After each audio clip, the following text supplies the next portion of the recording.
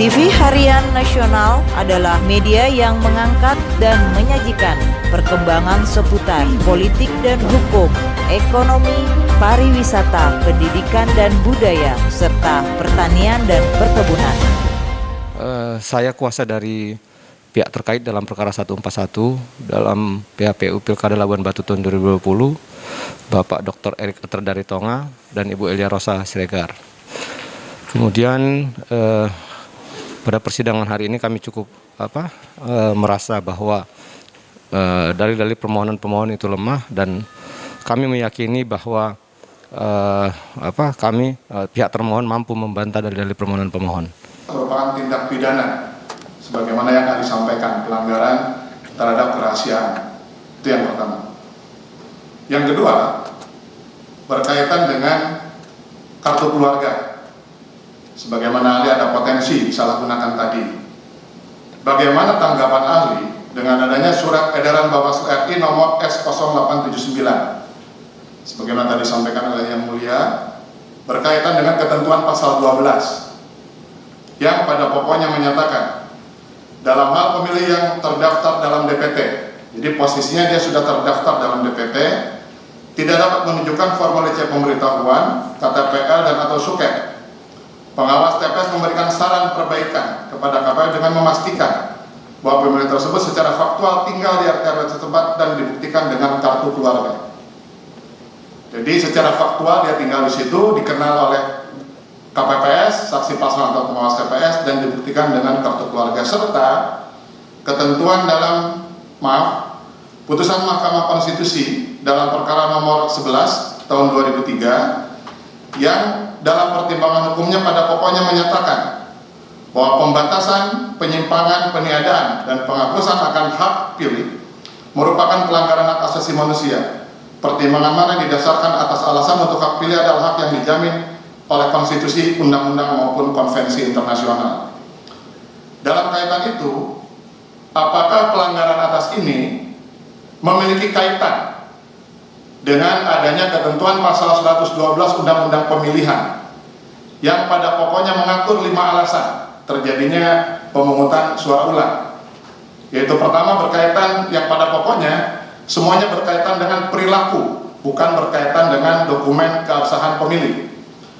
Perilaku pertama berkaitan pembukaan kotak suara, perilaku kedua dan ketiga berkaitan dengan perilaku KPPS, perilaku ketiga berkaitan dengan pemilih. Nah, dalam kaitan itu, bagaimana ini hubungannya dengan pemilih yang tidak terdaftar yang menjadi alasan PSU? Terima kasih Yang Mulia. Yang diajukan pemohon adalah terkait pemilih yang tidak menunjukkan KTPL. Namun di sisi yang lain bahwa pemilih-pemilih itu adalah esensinya terdaftar dalam DPT dan kemudian memilih dengan menggunakan C pemberitahuan dan telah membawa surat keterangan lain dalam bentuk kartu keluarga. Mengenali pemilih yang menggunakan hak pilih tersebut, apakah KTPL juga tersebut menjadi penting gitu?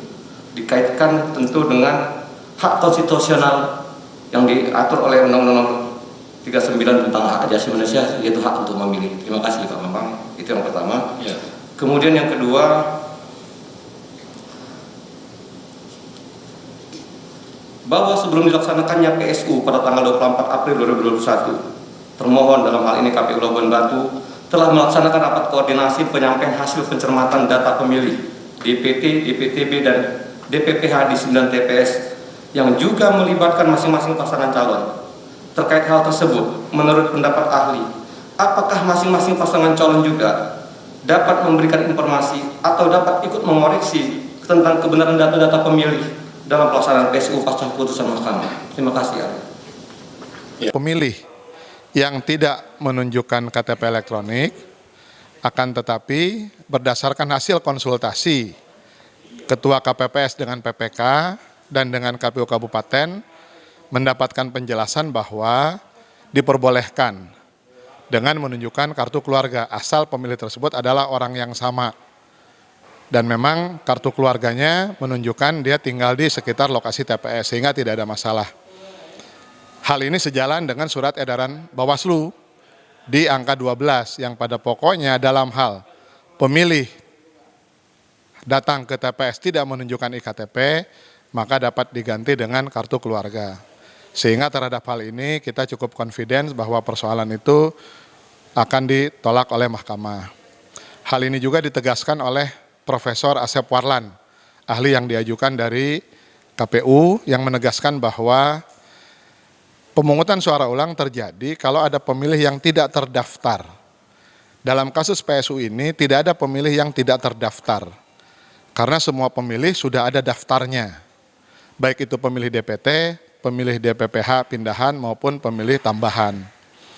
Karena ini PSU yang para pemilihnya sudah diverifikasi sejak awal ketika Pilkada 9 Desember.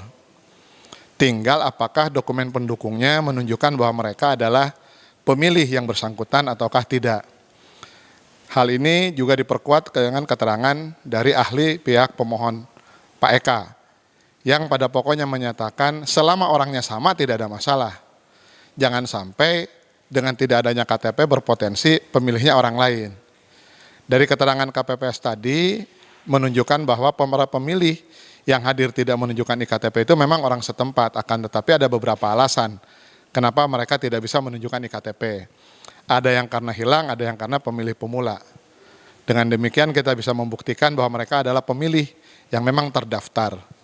Begitu juga untuk pemilih pindahan, mereka adalah para pemilih yang sudah terdaftar sebelumnya dengan membawa C pemberitahuan, sehingga mereka adalah memang betul pemilih yang berhak. Mereka juga menunjukkan identitas bukti KTP elektronik, sehingga mereka tidak dipersoalkan. Nah, berkaitan dengan adanya dokumen tambahan, diingatkan oleh Profesor Asep Warlan bahwa hak pilih itu dijamin konstitusi yang tidak boleh dihalangi oleh atau pembatasan oleh prosedur administrasi. Karena mereka adalah para pemilih yang terdaftar dan memang memiliki bukti identitas yang sama dan dikenali oleh KPPS, maka mereka adalah pemilih yang terdaftar sehingga tidak ada alasan untuk PSU.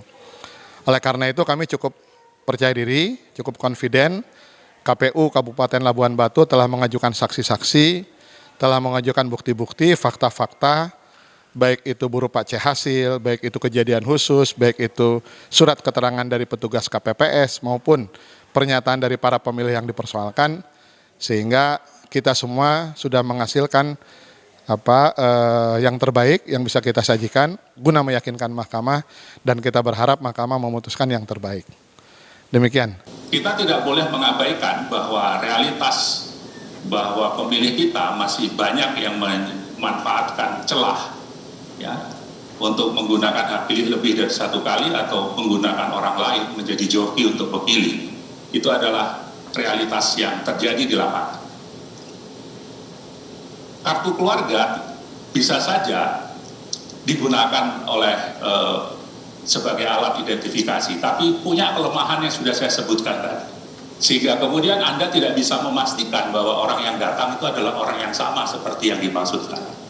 Di situ letak bahayanya. Jangan lupa pada poin yang terakhir dikatakan bahwa lebih dari satu pemilih yang tidak berhak menggunakan hak pilihnya di TPS itu mengakibatkan pemilihan umum diulang. Nah, kalau kita tidak bisa memastikan siapa yang datang ke TPS pada saat pemilihan umum, maka itu sangat mungkin digunakan oleh orang lain. Ya. Pengalaman di Pilkada 2011 di Batam, pemilih yang diberi undangan itu sudah pulang kampung karena kontraknya sudah habis, sementara pemilih yang datang ke TPS adalah pemilih yang baru datang dari tempat lain. Dan karena tidak diperiksa KTP-nya, maka kemudian lolos memilih memberikan suara. Itu yang realitas yang kita hadapi di lapangan. Yang kedua, hak memilih memang harus dilindungi. Tetapi jangan lupa bahwa pemilih yang tidak berhak menggunakan hak pilih di dalam TPS itu juga merusak genuinitas suara dari yang pemilu tersebut, merusak keaslian suara, dan itu mengakibatkan pemilihan harus diulang. Nah, karena itu saya kira ada tarikan di antara dua kepentingan itu. Melindungi hak pilih tidak berarti kemudian melonggarkan regulasi, lalu kemudian memunculkan potensi bagi munculnya pihak yang tidak berhak untuk menggunakan hak pilih. Saya kira dua hal itu harus seimbang dilakukan, antara kontrol terhadap perlindungan hak pilih dan kontrol untuk mengatur pemilih yang berhak menggunakan hak pilih di TPS. Berkaitan dengan pencermatan DPT, sudah sewajarnya termohon melakukan itu, dan karena memang jarak waktu antara Desember 2020 sampai April 2021 pasti terjadi dinamika kependudukan yang harus diperhatikan. Pasti ada yang meninggal, pasti ada yang pindah, dan itu harus dilakukan. Dan karena itu harus dikomunikasikan dengan para pihak, termasuk adalah dengan para peserta pemilu. Peserta pemilu punya kewajiban juga untuk mengingatkan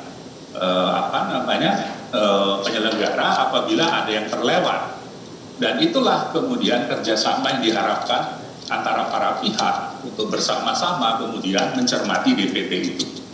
Namun demikian, tanggung jawab akhir dari proses pencermatan itu, tanggung jawab akhir dari proses pemilihan tetap ada pada penyelenggara, dan karena itu apapun masukan yang harus diterima diolah,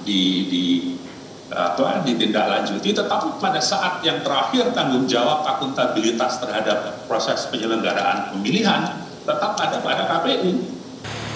Ya, KPU Labuan Batu hari ini didampingi oleh kuasa hukum kita Pak Ali Nurdin ya. Artinya tadi sudah berupaya semaksimal mungkin meyakinkan mahkamah bahwa KPU Labuan Batu telah melaksanakan putusan Mahkamah Konstitusi nomor 58 untuk melakukan PSU di 9 TPS pada 4 kecamatan, 4 kelurahan desa di Kabupaten Labuan Batu.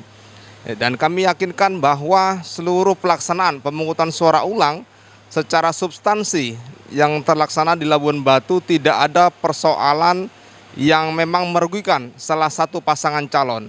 KPU Labuan Batu beserta seluruh jajaran Badan Ad Hoc, PPK, PPS, dan KPPS sudah semaksimal mungkin, sebaik mungkin untuk memberikan pelayanan dan melakukan memfasilitasi seluruh peserta pemilihan untuk mengikuti pelaksanaan pemungutan suara ulang dengan baik. Artinya kami sangat berkeyakinan bahwa pemungutan suara ulang sudah terlaksana dengan baik, tidak ada persoalan, tidak ada sengketa yang memang harus disengketakan ke mahkamah, karena secara substansi semuanya sudah terpenuhi, sudah tersalurkan keinginan masing-masing pembaik pemilih maupun pasangan calon. Jadi pada hari ini KPU menerima gugatan 141 perkara 141 oleh pemohon ya, dan kita sangat yakin bisa meyakinkan mahkamah dengan menghadirkan 2 orang saksi PPK, 1 orang saksi ketua KPPS 7, 1 orang ketua PPK Rantau Selatan, dan 1 orang anggota PPK Rantau Utara. Jadi insya Allah semuanya kita berharap sesuai dengan harapan kita, Labuan Batu, KPU Labuan Batu bisa melaksanakan tahapan PSU, melaksanakan amar putusan Mahkamah Konstitusi nomor 58 dengan baik. Ya.